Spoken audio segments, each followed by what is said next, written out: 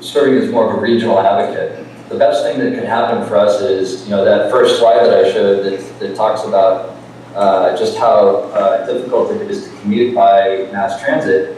There are some real political and financial and even practical barriers to being able to do that.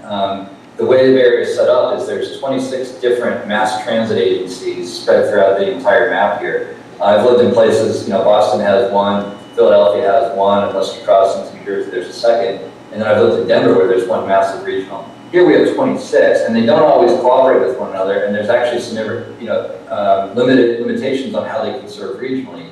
And so, but for a couple rail corridors that we have a real barrier of being able to serve cross-jurisdictionally.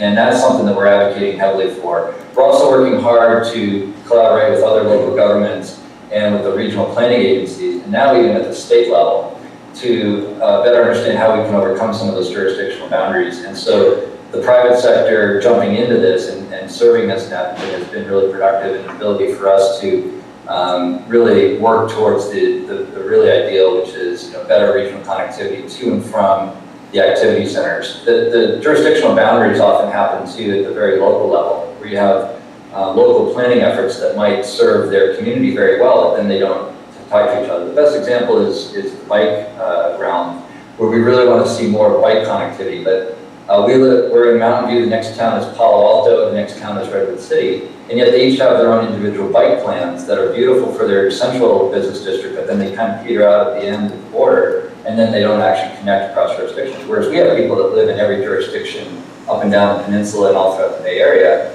Nobody counts how many jurisdictions they cross to get to work, they just want to get to work. And yet the governments in the Bay Area really have some real challenges to overcome that. And so as an advocate for that, we spend a lot of our time making sure that those types of discussions are happening, and that we work towards a future where we can see really good corridor-based planning from the places where people live and want to live to where our office is.